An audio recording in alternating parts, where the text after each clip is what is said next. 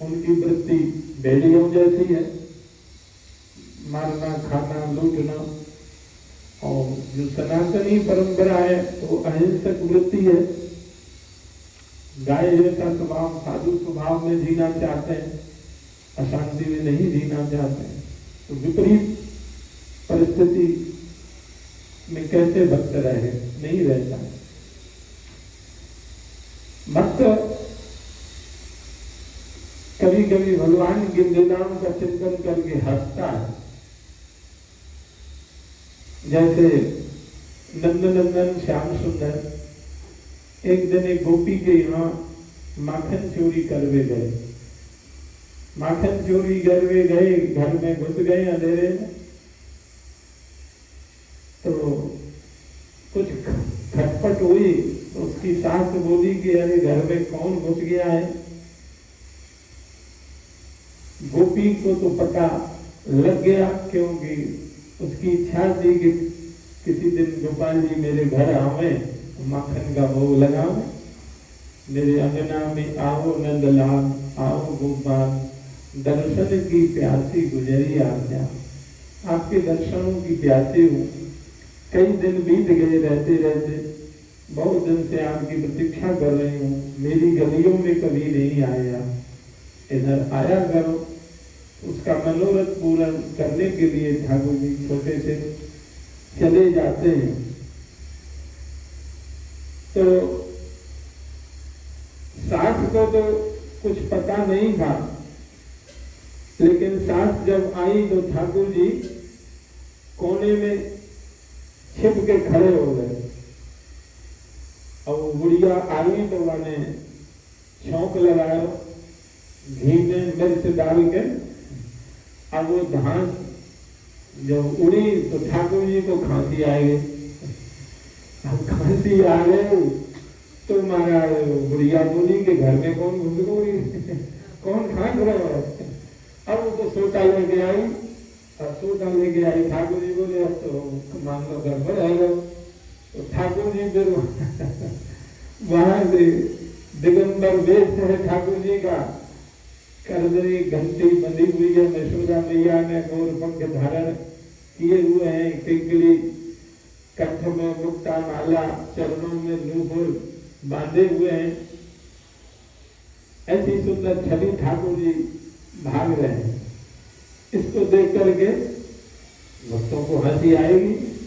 आज हर देखे नंगम नंगा, सूरदास जी को पकड़ करके बैठा दिया कि सूरदास जी आप नित्य ठाकुर जी का श्रृंगार आते हो, आज हमारे ठाकुर जी ने कैसा श्रृंगार किया। तो उस दिन पुजारियों ने कोई श्रृंगार नहीं किया, केवल कमल पुष्प चढ़ा दिए। तो सूरदास जी को कहा, तो सूरदास जी को तो दिखाई देता था अंतर्दृष्टि से सब। तो आज हरे देखे नंगम नंगा, बोले आज तो बड़ा सुंदर स्वरूप है, ठाकुर जी नंगे खड़े हैं। जब सुत कमल हाथ में लिए हुए हैं, मंद मंद मुस्कुरा रहे हैं दोनों हाथ में। ऐसी लीला सुन करके भक्त लोग हंसते आनंदित होते हैं। कभी किसी गोपी की चोटी बांध देते हैं भगवान, तो भक्त हंसते हैं, वाह ठाकुर जी ऐसा भी करते हैं। तो लीला दर्शन करके भक्त हंसते हैं, आनंदित होते हैं। यदा ग्रहग्रस्त एवं क्वचित हसते आक्रंदते ध्यायते वंदते जनम। जब भूत आदि का प्रकोप होता है किसी के ऊपर या ग्रह ग्रसित होता है, तो वह भी कभी कभी हंसता है, तो कभी कभी फूट फूट के रोने भी लगता है। ऐसे ही भगवान का भक्त भी कभी हंसता है, कभी रोता है, कभी ध्यान करता है, कभी जो भी आता है उसको वंदन करता है, प्रणाम करता है। भक्तों का ऐसा स्वभाव हो जाता है, वो सबको प्रणाम करता है और कृष्ण प्रेम की भिक्षा मांगता है।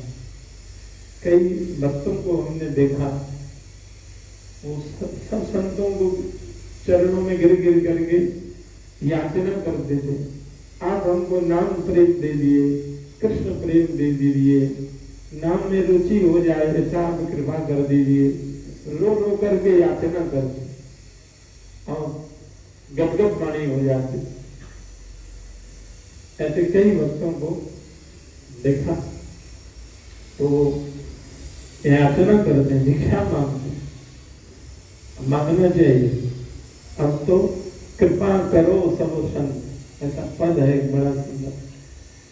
और भूल जाते हैं और बहुत दिन हो जाते हैं कथा में, हम बहुत अधिक जरूरत पड़ती नहीं है तो इसलिए प्रयोग होता नहीं, भूल जाते।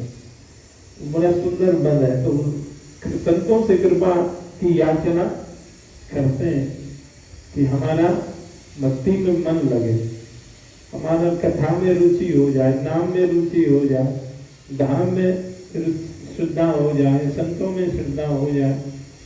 और देखो संत कृपा करते भी। मार्कंडे ऋषि, उनके पिता मृकंड थे, तो उनको यह नियम दिया था कि जो भी ऋषि महात्मा आवे सबके चरण पकड़ के तुम आशीर्वाद लिया था। उनकी अल्पायु थी 5 या 10 वर्ष की, उनकी कुंडली में ऐसा योग था। तो सब संतों को प्रणाम करते। जो एक बार सप्तऋषि भी पहुंच गए और प्रणाम किया और आशीर्वाद दे दिया। दीर्घायु भव, शतायु भव। अब दीर्घायु होने का, उनको शतायु होने का आशीर्वाद दे दिया। अब उनकी कुंडली में तो बड़ा योग ऐसा था कि ज्यादा जीएंगे नहीं। तो महात्मा आए, उनके पिताजी मृकंड ऋषि स्वागत किए और बोले महाराज आपने आशीर्वाद दे दिया, शतायु भव दीर्घायु भव, लेकिन इसका तो देखो जन्म कुंडली। बोले अरे ये तो बड़ा गड़बड़ हो गया, ब्रह्मा का लेख हम कैसे मिटा सकते। तो ऋषि लोग ब्रह्मा जी के पास गए, बोले प्रभु ऐसा ऐसा है और हमारे मुख से ऐसा निकल गया है। बोले शतायु होने का आशीर्वाद दे दिया और है इसकी 10 वर्ष की आयु। बोले क्या हुआ, आप संतों की वाणी मिथ्या थोड़े होगी। मैं ब्रह्मलोक की 10 वर्ष की आयु इनकी कर देता हूँ, तो आपका 100 वर्ष भी उसी के अंतर्गत हो गया और हमारा 10 वर्ष माने ब्रह्मा जी के एक दिन में 4,32 करोड़ वर्ष हम लोगों के होते हैं, तब ब्रह्मा का एक दिन हो। अब इस प्रमाण से 1 महीने का निकालो, फिर 1 वर्ष का निकालो, फिर 10 वर्ष का निकल। महाराज नील पदम थे ऊपर जारी। इसके लिए मार्कंडे ऋषि को चिरायु कहा गया, चिरजीवी है। वह आशीर्वाद कैसे मिला, इतना लंबा भजन करने का उनको अवसर मिल गया। संतों की कृपा, संतों से आशीर्वाद मांगा, गुरुजनों से आशीर्वाद मांगा। तो संत हृदय से जब आशीर्वाद देते हैं ना तो अवश्य कृपा हो जाती है, भक्ति मिलती है। ठाकुर जी तो थोड़ा मुंह भी फेरे रहते हैं कि दूसरा इधर उधर घूमता है, इसको घूमने दो संसार में। लेकिन संत जो होते हैं ना वो ठाकुर जी से भी ज्यादा करुणा संतों के हृदय में होती है, दया अधिक होती है। इसीलिए महात्मा कहते हैं, बोले ठाकुर जी को तो लोग प्रभु कहते हैं और भगवान को लोग महाप्रभु कहते हैं। तो महाप्रभु इसीलिए कहते हैं कि ठाकुर जी से भी अधिक करुणा संतों में, इसलिए उनको महाप्रभु कहते हैं। उनका स्वभाव करुणा करने का रहता है, द्रवीभूत हो जाते हैं, इसलिए उनसे याचना करते रहना चाहिए, आशीर्वाद लेना चाहिए। संत कृपा करते हैं, अवश्य करते हैं। तो ठाकुर जी कृपा संतों के माध्यम से ही करते हैं। गुरुजनों के माध्यम से ही करते हैं। इस भ्रम में नहीं रहना चाहिए कि हमारी तो डायरेक्ट अप्रोच है, परिचय है, हम तो डायरेक्ट कृपा करवा लेंगे, संत महात्माओं को छोड़ो। इस भ्रम में मत रहना। संत गुरुजन कृपा करेंगे तब वहां से कृपा की वर्षा होगी। और देखो, कृपा दया तो बरस रही है, उस कृपा को समझने की पात्रता एक संत देंगे, गुरुजन दें। अब कोई बरसाने में रह रहे हो, माला जप रहे हो, सत्संग कर रहे हो, जो भी टूटो फूटो गति करो, तो ये कृपा नहीं तो क्या? कृपा के बिना संभव है? एक नाम भी कोई ले ले, लेकिन उस कृपा को सही रूप में समझ करके सही रूप में उस कृपा का पात्र बन जाए और उसको ग्रहण कर लें। अब हम लोग को पात्र, वर्षा हो रही है, पात्र उल्टा ही रखा, तो वर्षा कितनी भी हो, भले ही मूसलाधार हो, 100 ग्राम भी पानी क्या 1 ग्राम भी नहीं भरेगा, क्योंकि पात्र तो उल्टा। तो पात्र सीधा करना पड़ेगा। वो पात्रता आती है संत भक्तों की, गुरुजनों की सेवा से। कृपा कृपा सबको कहे, कृपा पात्र नहीं कोई, और कृपा पात्र सोई जानिए जो आज्ञावर्ती हो। जो शास्त्र गुरु की आज्ञा का पालन करता है, कृपा उसी को प्राप्त होती है। तो संतों को महाप्रभु इसलिए कहा है, अधिक करुणा होती है। एक उदाहरण आता है, एक कुछ उद्दंड बालक थे और एक महात्मा जी थे। नदी पार करने के लिए नौका का सहारा महात्मा जी ने लिया, बैठ गए, उसी में कुछ उद्दंड बालक भी बैठ गए और महात्मा जी को लगे परेशान करने। महात्मा जी शांत बैठे थे, कोई उनकी जटा को खींच रहा, कोई उनके लकुट को ले रहा, कोई कमंडल को खींच रहा, कोई कुछ गाली दे रहा था, कोई कुछ। मौन शांत शांत बैठे थे महात्मा। लेकिन ठाकुर जी को नहीं रहा गया, बोले तो बड़े दुष्ट हैं, हमारे साधु को इतना तिरस्कार कर रहे हैं। तो ठाकुर जी गरुड़ पर बैठ करके आए, संत ने दर्शन किया, प्रभु आए हैं, प्रणाम किया और संत जी से कहा कि तुम उतर जाओ, तुमको तैरना आता है, मैं इनको नाव को पलटूंगा, नाला इनको डुबो के इसी में मारूंगा, आप उतर जाइए नाव। ये संत को सुनाई दे रहा है, दर्शन भी हो रहा है, उनको कुछ नहीं सुनाई नहीं दे रहा, जो अन्य लोग बैठे थे नाव में। तो संत हाथ जोड़ के बोले, प्रभु आपको पलटना ही तो है, तो कृपा करके नाव न पलट के इनकी बुद्धि को पलट दीजिए। तो ठाकुर जी बोले, अरे महात्माओं से क्या करें, कैसे जीते हैं, उल्टी भी इनकी सीधी भी। इनको दंड देने आए नालायकों को, तो कहते हैं कि इनकी बुद्धि बदल दो, इनको पलटो मत, इनको मारो मत। कितनी करुणा संतों के हृदय में होती, संत हृदय नवनीत समान। इसीलिए संत आश्रय, साधु संग बिन श्याम भजन बिन कहो कौन रत पाए। गुरुजनों की कृपा से ही सब कुछ मिला है। जिस किसी ने आज तक जो कुछ भी पाया है, उन्हीं की कृपा से पाया है। गुरु बिन ज्ञान न उपजय, गुरु बिन भक्ति ना होय। ऐसा बड़ा सुंदर पद्य है। तो गुरु के बिना भक्ति नहीं आती और गुरु के बिना भजन करने की रीति भी समझ में नहीं आती है। सदगुरु का आश्रय लें तो ठाकुर जी की कृपा प्राप्त हो जाएगी। तो भक्त प्रेम में उन्मत्त होता है, गाता है, नाचता है, ये सब स्थिति भक्त की होती है। अब कभी कभी दीवाना होकर के वो उल्ट पुल्ट भी बोलता है, बोले जो मैं ऐसो जानती प्रीत किए दुख होए, नगर ढढोरा पीटती प्रीत न कीजे कोई। बोले यदि मुझको पहले पता होगा कि काले कृष्ण कन्हैया से प्रेम करने पर दुख ही मिलेगा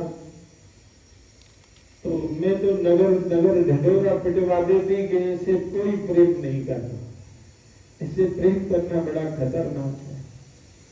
बिलमंगल जी का भी बड़ा सुंदर श्लोक है वो, उसका भाव है कि इधर यमुना तट की ओर मत जाना, कोई कमाल वर्ण के समान एक सांवला खिलौना त्रिभंगी अदा में बांसुरी बजाता है और वो जिधर देख देता है एक बार जो उसको देख लेता है फिर वो संसार के काम का नहीं रहता। उधर मत जाना, उस गली में मत जाना। तो ऐसा प्रेमी भक्ति में डूब कर करके कहता है।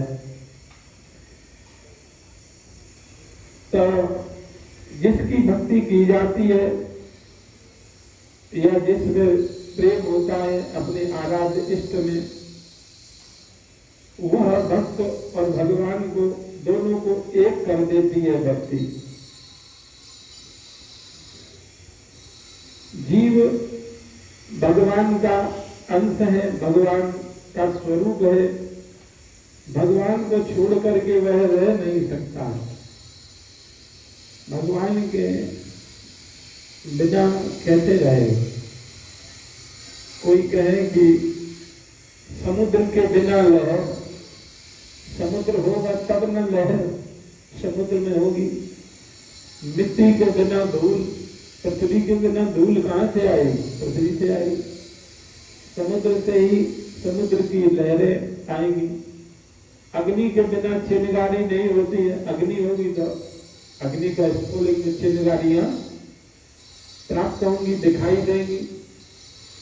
ऐसे ही भगवान के बिना सुख कहाँ, भक्त का अस्तित्व कहाँ? कोई अस्तित्व नहीं है। ठाकुर जी के बिना कोई कहे कि मेरा अस्तित्व है, मैं भी कुछ हूं, तो गलत है। जैसे समुद्र के बिना लहर की कोई सत्ता नहीं, अग्नि के बिना चिंगारी की कोई सत्ता नहीं, तो भूत पृथ्वी के बिना धूल की कोई सत्ता नहीं। पृथ्वी नहीं तो धूल कहां से आई? सूर्य के बिना किरण की क्या सत्ता? सूर्य है तो सूर्य की किरण की सत्ता। ऐसे भगवान है तो भगवान की कृपा से हम सत्तावान हैं, हम रूपवान हैं, गुणवान हैं, धनवान हैं, भक्तिमान हैं। कहने का तात्पर्य तनिक भी अहम भक्त में नहीं होता है, निरहम होता है। जो ही अहम आया नहीं त्यों ही भगवान से दूरी शुरू हुई। और हम लोग मैं करते ही फिरते रहते हैं। तो भक्ति ये निरहमता प्रदान करने वाली है।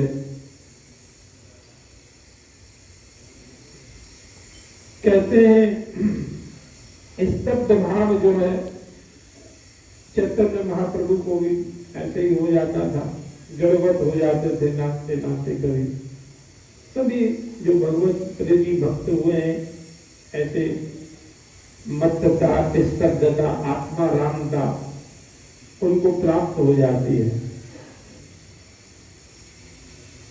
तो भक्त जो है इंद्रियाराम नहीं होता, विषयाराम नहीं होता, वो आत्मा राम होता है। आत्मा राम का अर्थ है भक्त को आराम पाने के लिए इंद्रिय तृप्ति नहीं चाहिए, भोग संग्रह नहीं चाहिए, केवल कृष्ण चाहिए। कृष्ण की ही उसके हृदय मंदिर में विराजते हैं और उन्हीं मुरली मनोहर के चरण कमलों से जो अमृत झरता है उसको वह पीता है और उसी में वह तृप्ति का अनुभव करता है, उसको फिर छोड़ता नहीं है। पायो जी ने राम रतन धन पाए, वस्तु मोलग दई मजे सतगुरु कृपा कर अपनायो। आगे भक्ति निरोध रूपा होने से कामना शून्य, यह भी बता रहे हैं। ये बतलाना परम आवश्यक है कि प्रेम तथा काम दोनों में निकटता है। इसकी पहचान संसारी लोग नहीं कर सकते हैं।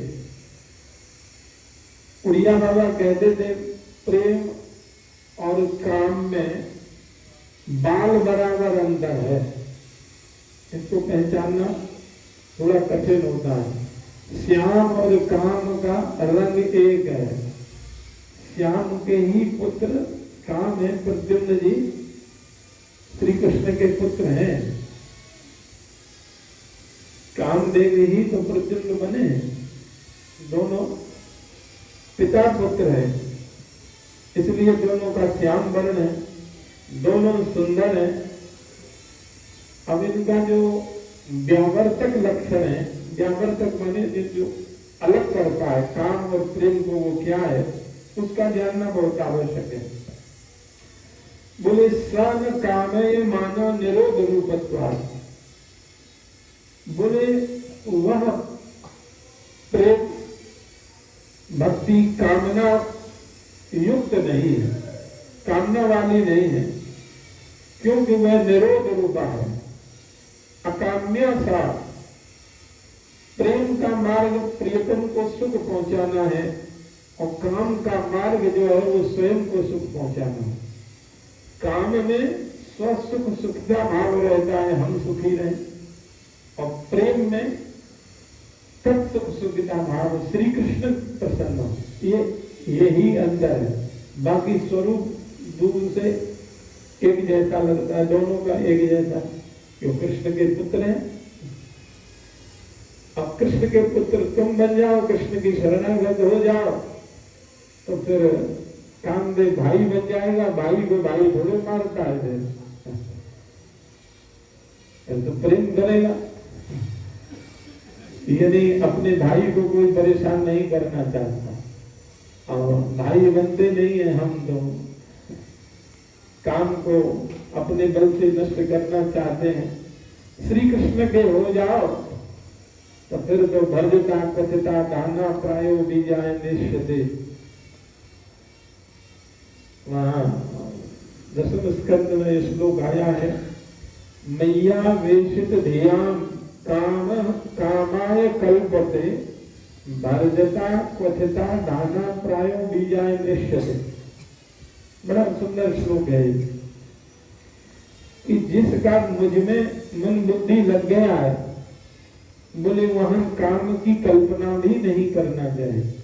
कैसे? बोले जैसे भर्जता क्वथिता, भर्जता माने भुना हुआ अन्न, चावल चना, क्वथिता माने उबला हुआ अन्न, क्वथन उबालते हैं ना हम लोग। बोले वो क्वथित अन्न हो या भुना हुआ चना आदि हो, इन दोनों को आप जमीन में डालो बो दो, क्या अंकुरित होंगे?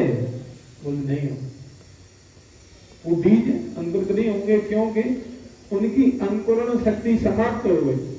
बोले ऐसे ही जिसका मन श्री कृष्ण में लग गया, कृष्ण भाव भावित हो गया है, बोले ये काम आदि वहां भूल के समाप्त हो जाता है, अंकुरित ही नहीं रह सकता, अंकुरित ही नहीं होगा काम।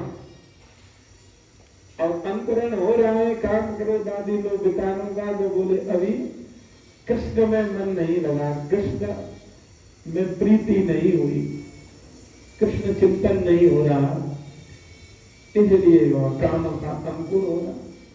नहीं तो ये तो भुने हुए अन्न की तरह हो जाता है। ऐसा होता है, इसीलिए ठाकुर जी सुखदेव जी कह रहे हैं, और हम लोग परेशान रहते हैं, अरे एक काम कर लो भाई, दीपक जला लो, अंधेरा भाग जाएगा। तो कृष्ण को अपने हृदय में ले आओ, उनका रूप लीला नाम इनमें रम जाओ, बस खत्म। प्रकाश ही प्रकाश है, फिर अंधेरा काम आदि विकार आएंगे नहीं। अब दीपक तो बुझा देते हैं और कहते हैं प्रकाश नहीं हो रहा। यही गलती हम लोग करते हैं। कल करेंगे, समय हो गया। राधे